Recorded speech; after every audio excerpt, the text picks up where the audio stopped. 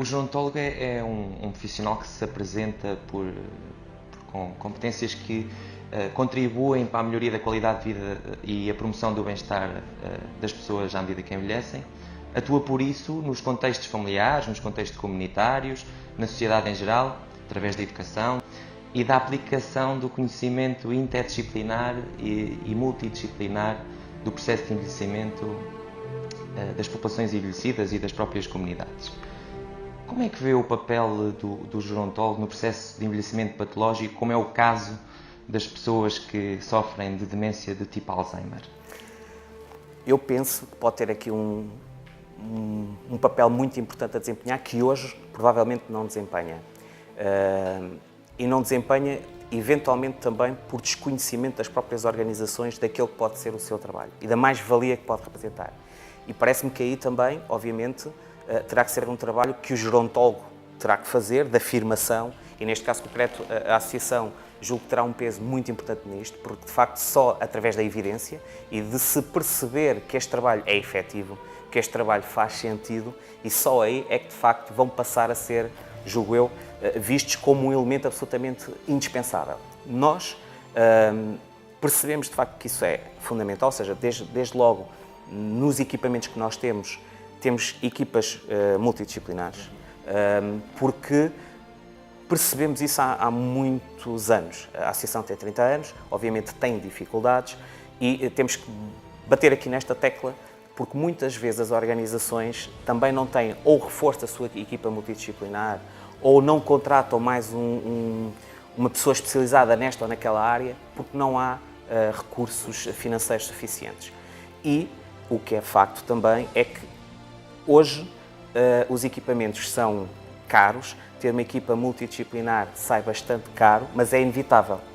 Ou seja, é inevitável sob pena de nós não estarmos a prestar, de facto, um bom serviço. E no caso concreto das pessoas com demência, o trabalho do gerontólogo, porque é essa a pergunta, é ainda mais importante. Porquê? Porque quando falamos de uma pessoa com demência, falamos obviamente dessa pessoa, falamos do seu cuidador principal, falamos de um cuidador normalmente informal e quando a pessoa depois obviamente vai para uma organização, normalmente por vezes vai para um centro-dia, mas passa a ter um cuidador profissional, mas também tem um cuidador informal, e todo esse trabalho que nós ainda estamos longe de o conseguirmos otimizar com as famílias, que eu acho que é uma das grandes dificuldades que nós temos no nosso país, é trabalhar com as famílias e, inclusivamente, às vezes eu estou por mim a pensar qual é que é o foco.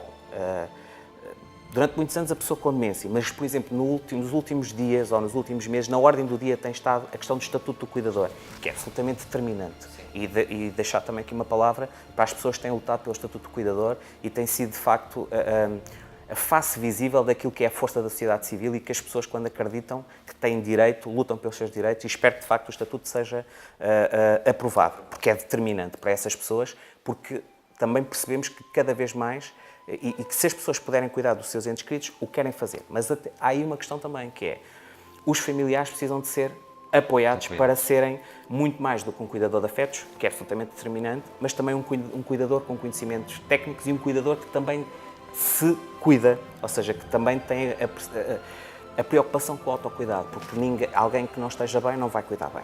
E eu acho que aqui o gerontólogo poderá ter também um trabalho fundamental de trabalhar as famílias, trabalhar as pessoas que estão a ser cuidadas em casa, porque não é só dizermos que a institucionalização é o fim da linha ou será a última opção. Em alguns casos poderá até nem ser, poderá não ser, portanto isto não há... Eu tenho sempre muitas dúvidas. Eu acho que nós muitas vezes especulamos o ciclo de vida dos portugueses, nós especulamos como fosse o nosso ou como os ciclos de vida que já passaram por nós, o que acaba por ser desrespeitoso para o que aí vem e o que está nas nossas mãos neste momento. Eu agora trago-lhe aqui 2 estudos. O primeiro é da União das Misericórdias Portuguesas, que foi realizado em 2016, e sugere que quase 80% das pessoas idosas a viverem em lares sofrem de demência. E acrescenta ainda que o perfil de utilizadores é completamente diferente do perfil para o qual os lares foram idealizados. E o segundo é uma publicação, também científica, e que sugere que os residentes das instituições geridas por um gerontólogo reportam maiores níveis de satisfação nos domínios relacionados com com a eficiência da organização, a empatia dos colaboradores e a informação e participação nos processos de tomada de decisão. Consoante estes dois estudos nos dão estes resultados, qual é o comentário que o Dr. José pode realizar? Pois, de facto, é densa a questão é densa e levar-nos-ia muito longe. Mas, efetivamente, uma boa parte dos equipamentos, quando foi desenhado e pensado, não previu esta situação, julgo eu, das demências, ou não previu que tantas pessoas pudessem estar nos equipamentos com demência. Por outro lado, há ainda um outro dado importante que vem exatamente desse estudo, que nos diz que uma boa parte das pessoas demencia já estando institucionalizada, e isso deve-nos fazer pensar. Há inclusivamente o professor Barreto que diz que as salas da televisão, enfim, bom, a sala de repouso / televisão, que é um bom espaço de ativação da demência, porque a pessoa passa a estar dias completamente numa situação passiva, e isso deve-nos fazer aqui refletir, porque efetivamente se as pessoas estão constantemente a receber, mas não são estimuladas, não têm iniciativa, há uma tendência, obviamente, grande para que possam desenvolver estados demenciais. É o que o estudo também nos diz, julgo eu, porque há um grande número de pessoas que entraram sem demência e acabam mais tarde por desenvolver. E, portanto, a grande questão que se coloca é o que é preciso fazer. E eu creio que aí, em primeiro lugar, a equipa, o facto de se poder ter uma equipa multidisciplinar e interdisciplinar é fundamental para que seja desenhado, eu costumo dizer, um fato à medida, no sentido em que não vale a pena ter um plano de atividades que eu desenhei, que é muito bonito e que eu acho que é excepcional, mas que depois não se ajusta ao Sr. João e à Sra. Maria. É preciso conhecer aquelas pessoas, é preciso conhecer a história de vida daquelas pessoas, é preciso conhecer os seus desejos, é preciso conhecer os seus gostos e ajudar a que estas pessoas construam ou possam manter o seu plano de vida.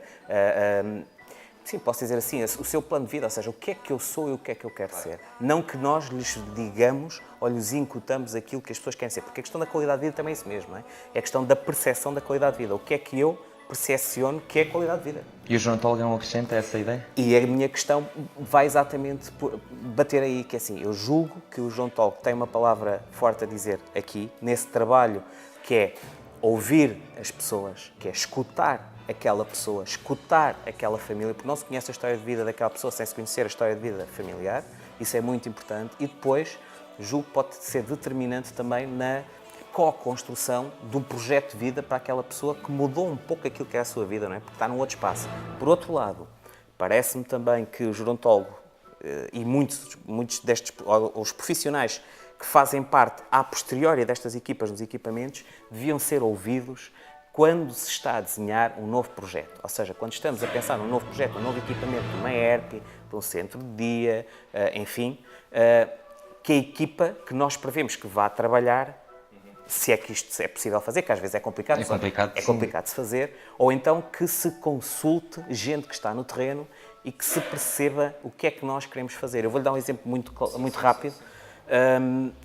Há coisa de um mês, talvez, tive um senhor que me pediu uma reunião, estivemos a falar, o senhor sentou-se com um projeto, desenrolou assim lá a sua planta, uma coisa do outro mundo, um investimento de 2,5 milhões de euros, já tinha o terreno, já tinha aprovado, e disse, pois, mas sabe, eu queria depois ter aqui uma aula, desde logo uma aula, é o estigma logo, portanto, eu queria ter aqui uma aula para pessoas com demência. E a minha questão foi, sim, mas que atividades quer desenvolver, qual é o seu paradigma de intervenção? E não soube responder. Mas o senhor quer fazer atividades no exterior, sim ou não? O senhor quer valorizar a fisioterapia, sim ou não? O senhor quer ter estimulação cognitiva, sim ou não? O senhor quer ter uma sala multissensorial, sim ou não? E ele, mas o arquiteto... Ouça, eu não estou a falar de arquitetura. Claro, o arquiteto, da funcionalidade das coisas. O arquiteto otimiza um projeto e torna-o, julgo eu, além de funcional, o mais bonito, do ponto de vista do design, julgo eu, possível. Agora, eu é que, enquanto empreendedor social, enquanto dono da obra, tenho que perceber que público é que vou ter ali, que profissionais é que eu quero ter ali a trabalhar e que cuidados quero prestar.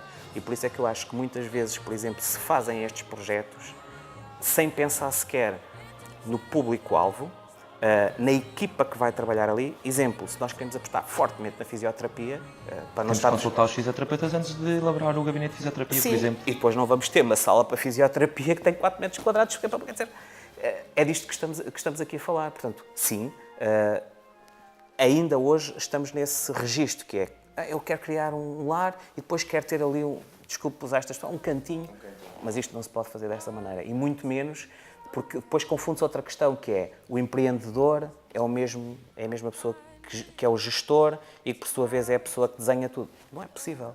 Porque se me pergunta, eu posso lhe falar de estimulação cognitiva, mas eu não faço estimulação cognitiva. Não me atrevo a isso. E acho que às vezes há aqui esta grande dificuldade em nós percebermos que há várias áreas de saber, elas não se devem substituir, não se devem ultrapassar e que todos somos poucos para dar uma resposta ótima a este desafio que temos pela frente. E que se nós conseguimos aqui cozinhar, eu acho que esse é que é o truque, não é? Que é cozinharmos bem os ingredientes que temos para darmos a melhor resposta e que é possível dar uma boa resposta.